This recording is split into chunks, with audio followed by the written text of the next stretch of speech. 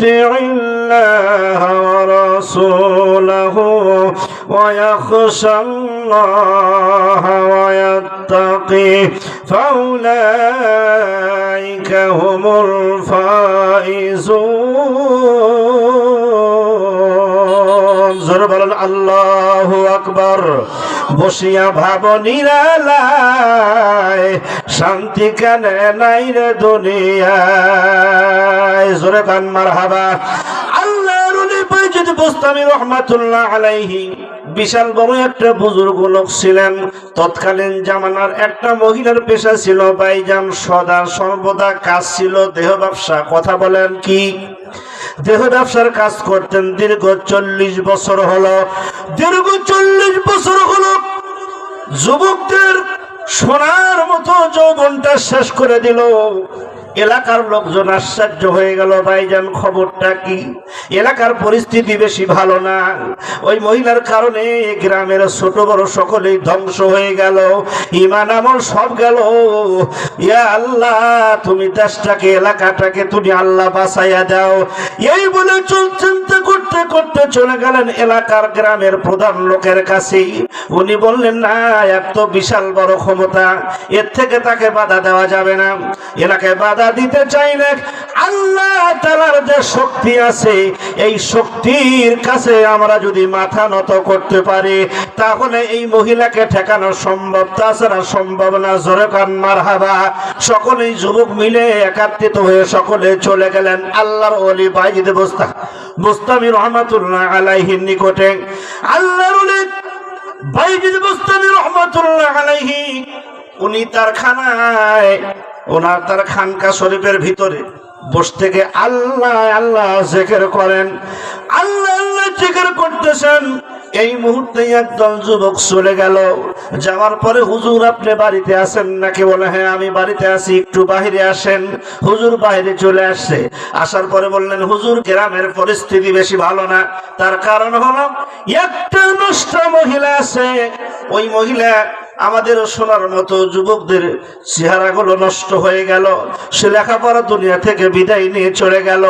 এরা আবদ্ধ হয়ে গেছে। হুজুর আপনি আমাদের এলাকাকে একটু বাঁচান। বলে, কেমন করে বাঁচাবো?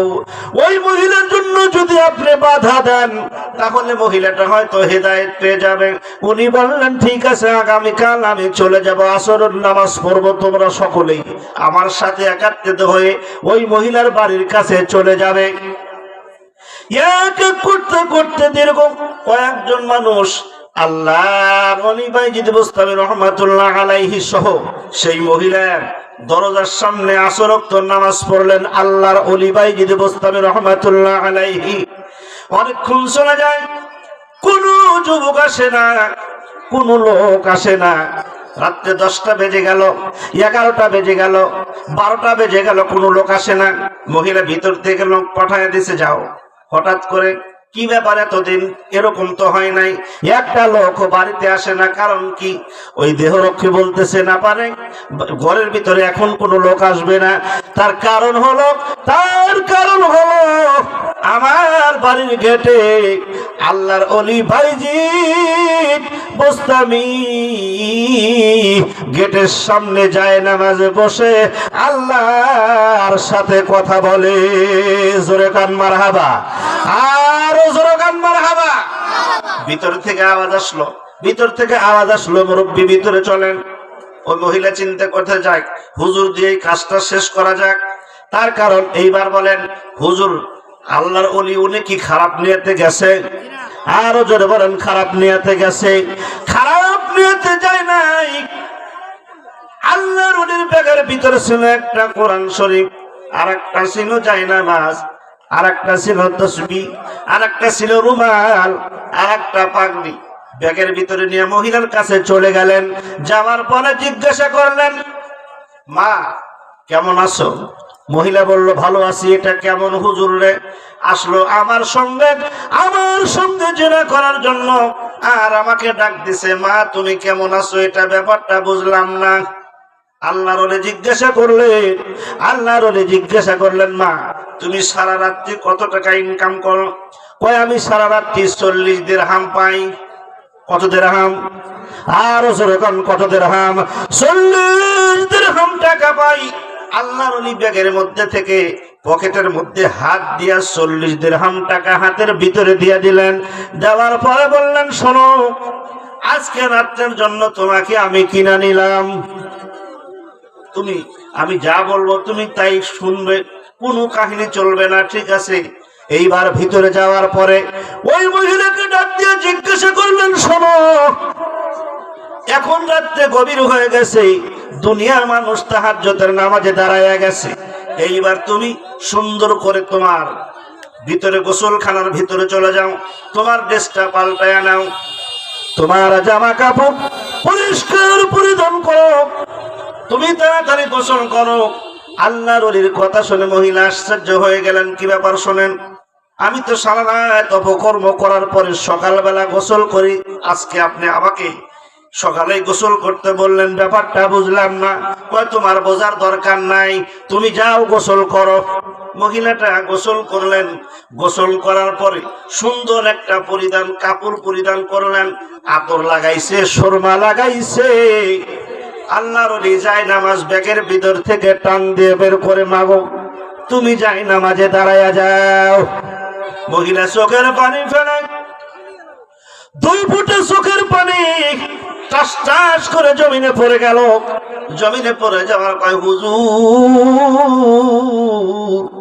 আমার জীবনেও কোনোদিন আমি পশ্চিম দিকে পড়ে যাই নাই, আমি কোনোদিন আল্লাহর কুদরতি পায়ে সিজদা করি নাই, আমি তাসবিহ তাহলিল কোনো কিছু পড়তে পারি না, রুকুতে যা কি বলতে হয় তাও জানি না, সিজদায় গিয়া কি বলতে হয় জানি না, আত্তাহাত ও দরুদ শরীফ এগুলা কিছু জানি না। উনি বললেন, তোমার কিছু জানা লাগবে না, তুমি যায় নামাজে দাঁড়ায়া যাও। আল্লাহর ওলি যায় নামাজটা ভিতরে পৌঁছাইয়া দিয়া মহিলা নামাজে দাঁড়ায়া গেছে। আল্লাহর ওলি বাইজিদ বোস্তামি রহমাতুল্লাহ আলাইহি সিজদায় পড়ে গেছে। দুনিয়ার মালিক,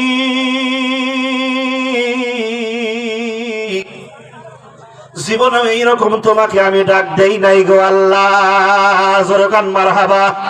কবিকার দোয়া তুমি কবুল করেছো মাওলা জানি না, আজকে তুমি আমাকে খালি হাত ফেরত দিও না। এই মহিলাকে তুমি যদি হেদায়েত দাও, এই মহিলার ওসিলে গোটা এলাকার যুবকরা ঈমান আনবে, গোটা যুবকরা এই জিনা থেকে বেঁচে যাবে, তারা আল্লাহওয়ালা হয়ে যাবে, তারা খোদা প্রেমিক হয়ে যাবে, রাসূল প্রেমিক হয়ে যাবে। জোরে গান মারহাবা। আয় আল্লাহ, ও দুনিয়ার মালিক, যায় নামাজে দাঁড় করা দেওয়ার দায়িত্ব আমার, ওযু করার দায়িত্ব আমার, পরিষ্কার পরিচ্ছন্ন কাপড় পরিধান করার দায়িত্ব আমার। ইয়া আল্লাহ, হেদায়েতের দায়িত্ব আমি না, হেদায়েতের মালিক তুমি আল্লাহ। জোরে গান মারহাবা। আল্লাহু ইয়াহদি মান ইয়াশাউ ইলা সিরাতিম মুস্তাকিম।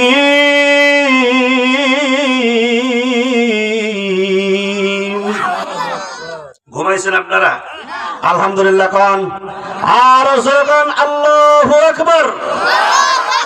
আল্লাহর ওলি বাইজিদ বুস্তামি রহমাতুল্লাহ আলাইহি হাতটা নামাইছেন। মহিলাটা ওনার শরীরটা আবৃত করে ঢাকছেন, জামা দিয়া চাদর দিয়া মুখটা ঢাকছেন। এইবার যায় নামাজে বসে ফুফিয়ে ফুফিয়ে কাঁদতেছেন, মুখটা থেকে পানি গড়গড়াইয়া তার শরীরটা ভিজে গেল, বুকটা ভিজে গেল। আল্লাহ, দীর্ঘ 40টা বছর হলো আমি জেনা করি। আয় আল্লাহ, জীবনে কোনোদিন আর জেনা করব না, জীবনে কোনোদিন নামাজ কামাই দিব না। এ আল্লাহ, আমি তোমার কাছে তওবা পড়লাম। ইয়া আইয়ুহাল্লাযীনা তুবু ইলাল্লাহি তাওবাতান নাসুহা। আল্লাহু আকবার। আমার দেহ মন বলে নবী নবী, বলেন দেহ মন বলে নবী নবী, আমার 2 নয়নে বসে ছবি, আমার দেহ মন বলে নবী নবী। সুরে গান মারহাবা, আর সুরে গান মারহাবা। ওই মহিলাকে ডাক দিলেন, আল্লাহর ওলি শোনো। ওই মহিলা ভিতর থেকে আর আসে না। আল্লাহর ওলি আবার ডাক দিলেন, শোনো তুমি আমার কাছে আসো। মহিলা চাদর দিয়ে ঢেকে হুজুরের কাছে আসছেন। হুজুর আপনি আমাকে ডাকছেন? বলে হ্যাঁ তোমাকে আমি ডাকছি। ঘুমটাটা খোলো। কয় না হুজুর ঘুমটা খুলবো না। যখন আমি সিজদায় পড়ে গেছি গায়েবী একটা আওয়াজ পাইলাম, তোমার জীবনের সবগুলো গুনাহ আমি আল্লাহ তাআলা মাফ করে দিছি। জোরে কান মারহাবা। কবরের ভয় আমাদের থাকা দরকার আছে নাকি নাই? আরো জোরে কান আছে নাকি নাই? ওরে কখন যেন আসি মাওলা তোমারই দরবারে, আল্লাহ তারাইও না মরে। তোমারই দরজার গোলাম তোমারই দুয়ারে, তোমারই দরজার গোলাম তোমারই দরবারে, আল্লাহ তারাইও না মরে। তোমারই দরজার গোলাম তোমারই দুয়ারে। জানি আমি মহা পাপী, অনেক গুনাহগার।